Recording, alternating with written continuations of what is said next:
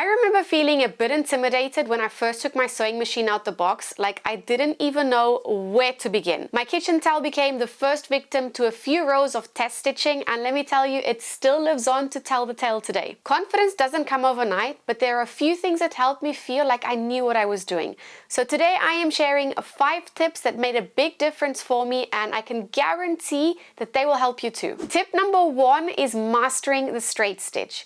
If you can get this one right, the rest of your sewing journey becomes so much easier. I mean, seriously, if you can sew a straight line and keep it precise, everything else will fall into place. The one trick that I use and I tell all of my students is never look at the needle. Focus on a point on your needle plate or on your presser foot and make sure that the edge of your fabric is always touching that point. If that is too hard for you to visualize, grab some washi tape or some masking tape, which you probably have one or the other in your home already, and stick it to your sewing machine. And how do you know what point to focus on or where to stick your tape down on your sewing machine? You need to know what seam allowance you are working with for your project. And what this means is you can't sew on the edge of your fabric because your stitches will just come undone and your project won't hold together. So when you are sewing layers of fabric together, you need to leave a little bit of space from the edge of the fabric so that your stitches have something to hold on to. I didn't understand seam allowances at the beginning, and I had projects literally coming undone at the seams. So do check your pattern instructions for what the seam allowance is, but typically in quilting it's a 1/4 inch,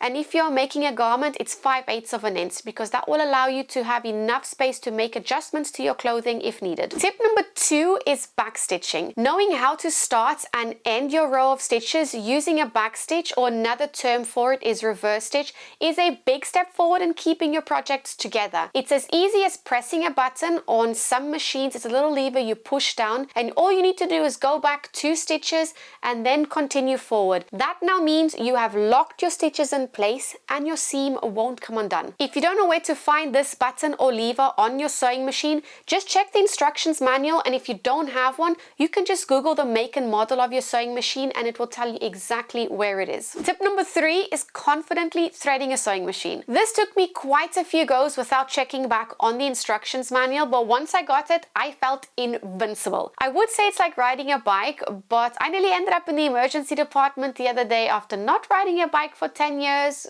But I'll leave that story for another day. Try to thread your sewing machine at least once a day until you can do it without much thinking. Tip number 4, pressing. This is such a game changer. When I first started sewing, I didn't realize this was a thing until I asked for some help from the sewing community on how I could make a specific project look better. So using a hot iron to press your seams as you go will definitely give your project a more clean, crisp, and professional finish. So don't think of this one as optional. Think of it as part of the sewing process, because the difference that it makes will definitely help you feel a lot more confident with your project. Tip number 5, sew a simple project. Having a simple project to showcase what you have just learned is quite the confidence booster. Sewing a small project like a scrunchie, tote bag, or even a zippered pouch are good places to start, and just make sure that you finish it. It doesn't have to be perfect because nothing is, but making sure that you keep on going and finish your project, you will learn a lot more than just leaving your project halfway through.